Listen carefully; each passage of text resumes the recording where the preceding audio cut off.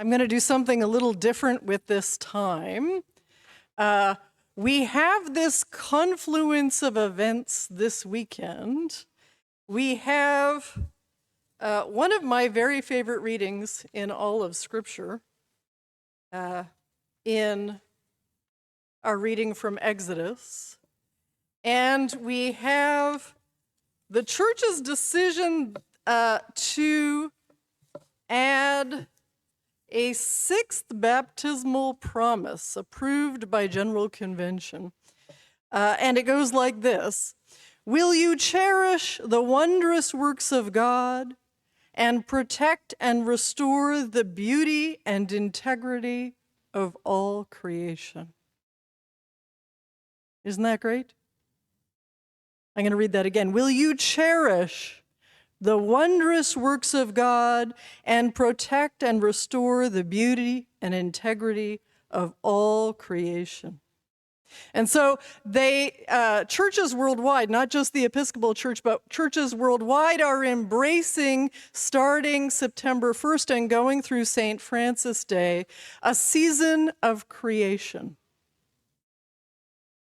And I think today's reading from Exodus, particularly that first part that I'm going to focus on, is a perfect text for us to think about how we interact with creation. Right? Moses, it actually says he goes past the wilderness. And on a mountain, in a bush, in an inexplicable fire, he encounters the divine. I heard a story recently about John Reynolds, who lived and was postmaster at Yosemite National Park. He's lived in the park his entire life. His mother worked for the post office there and was postmaster, and he grew up and what? Went to work for the post office there and finished up as postmaster. And they were interviewing him on the occasion of his retirement, and he said, "I'm not going anywhere." Right? And he talks about the awe-inspiring nature of the park with waterfalls and just natural beauty everywhere. And his story on the radio was part of a story on awe. To be awe-inspired. Have you been to the Redwoods? I think that is a pilgrimage of sorts. They are doing science on awe. Does this surprise you? This is what we do, right? And it turns out that we are wired for that and that it even has health benefits. And as we are in this season of creation, I was thinking about the places where we might experience awe, right? At the edge of the ocean, in the sound of the waves and the wind and the call of the birds, in the night sky, in the stillness of a new snowfall.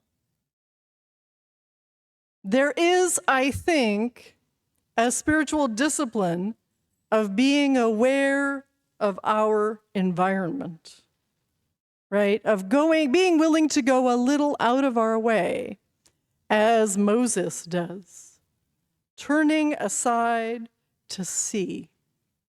Because the God who identifies himself to Moses as the God of Abraham, Isaac, and Jacob is also the God of creation, right? The God who speaks life into the world and who makes us out of the dirt, right? And I have been reading a book called An Immense World. I haven't gotten very far, but it is super fascinating. It talks about the way different creatures perceive the world. So we see and hear and experience the world a certain way, and that to us is the world, right? But other creatures see different wavelengths. They hear a different spectrum of sound. They're able to echolocate or all these other ways of experiencing the world. And I just think it is such a faithful exercise to remember that we are part of something that is much bigger and much more complex than we remember. And to make maybe a habit of paying attention, of being present in the moment.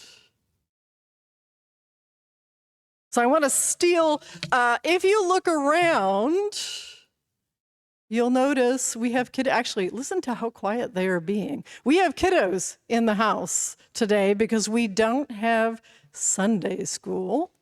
And I am hoping they will come up and help me because I have a story to share with you all.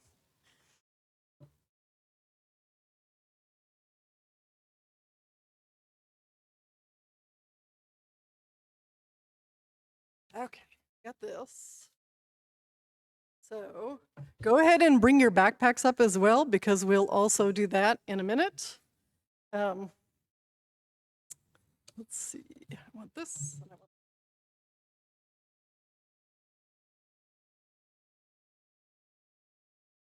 Okay, come on up.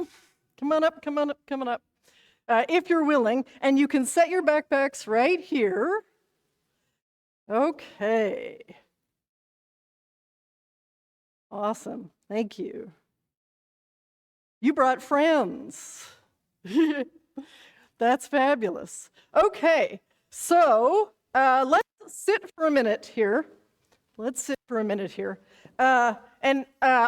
I know for some of you, now I'm a little hard to see. One of the things we do with kiddos is we often sit near the exit with them, but it means everything is hard to see. So I'm just flipping the script a little bit this weekend, right? Because this is our future, and we want them to be here, and we want them to be able to see what is going on. Okay, and I have a storybook. This is not a particularly faith-based storybook, except that God is where?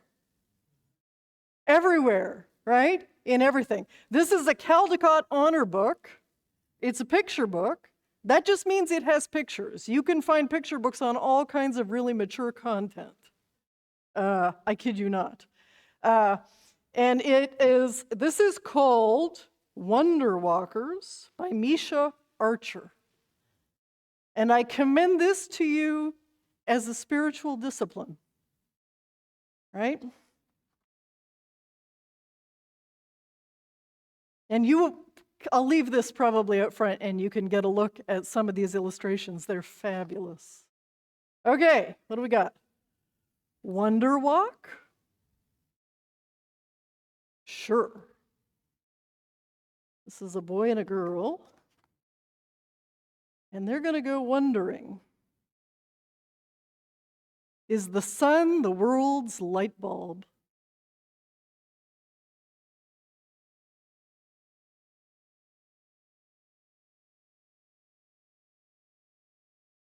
Is the fog the river's blanket?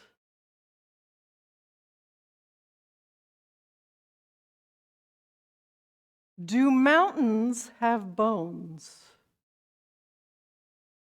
Are forests the mountain's fur? I wonder. Me too. Are trees the sky's legs?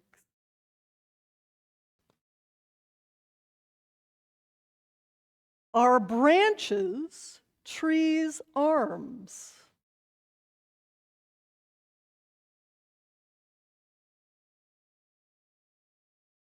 Is dirt the world's skin? Are roots the plant's toes? Do caves have mouths?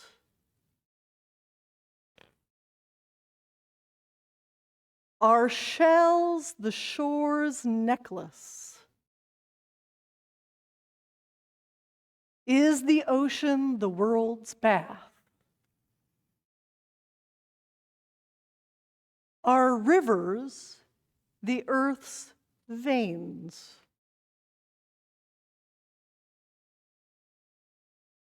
Is the wind the world breathing?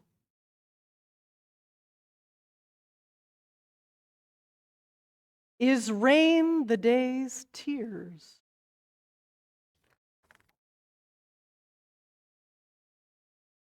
Is the moon the world's nightlight?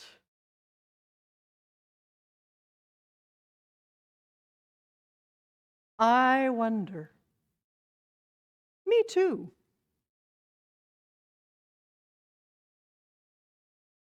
And that is Wonder Walkers. Okay, so we're going to go for a little walk. Are you ready? We're being Moses. Are you ready for this? Moses ended up being kind of an important guy, but at this point in his life, he's just doing his job. He has an outside job. Do you know what his job was? Moses tended sheep. That's what he did. So we're going to go walk along, and you can be Moses or you can be a sheep. Doesn't really matter. But we're walking on the mountain. Are you ready? Somebody told me that's what sheep do. They find a high place and they go there. I don't know if that's true. I grew up in a city, but I'm willing to believe it. We're walking, we're walking, we're walking. What do we see? A plant. It's a bush.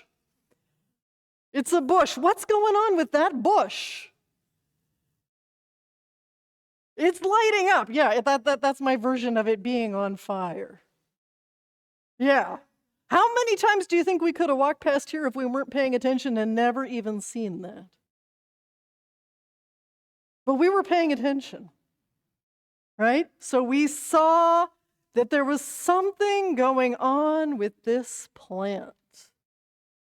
And Moses, what does Moses do? Do you know this story? I don't want to put you on the spot. But Moses is like, I should go check this out. I feel like at some point the thought of putting out the fire should have come up in this story, and it never does. It never does, because Moses goes near the bush, and then what? You know, the bush talks. Actually, the bush doesn't talk. Who talks? God talks. That's right. And do you know what God tells Moses to do? Take off his shoes. And Moses takes off his shoes because God tells Moses that he is standing on holy ground. Why do you think that is? Why is it holy ground?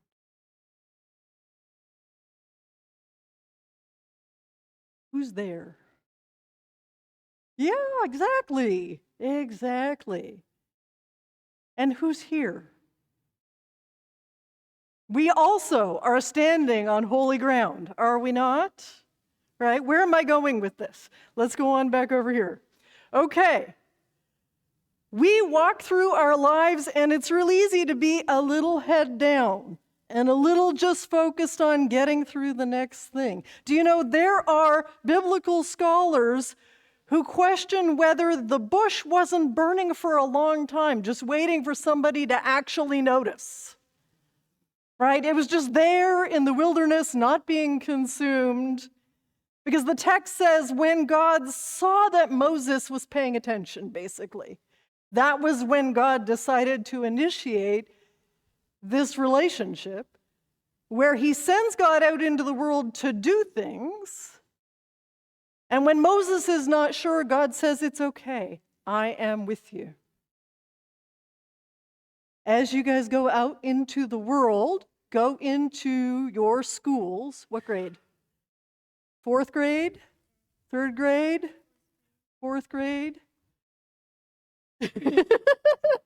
Do you go to school, sweetie? No, not yet? You go to preschool. That's the best. Not yet? Okay. Okay, so wherever we go, God promises that God is with us in all things, right? Even when, like Moses in the story, we're feeling a little uncertain about the plan in all of this, right? Let's do a blessing of your things that you brought. Whose backpack is what? Oh, somebody brought a strike sign.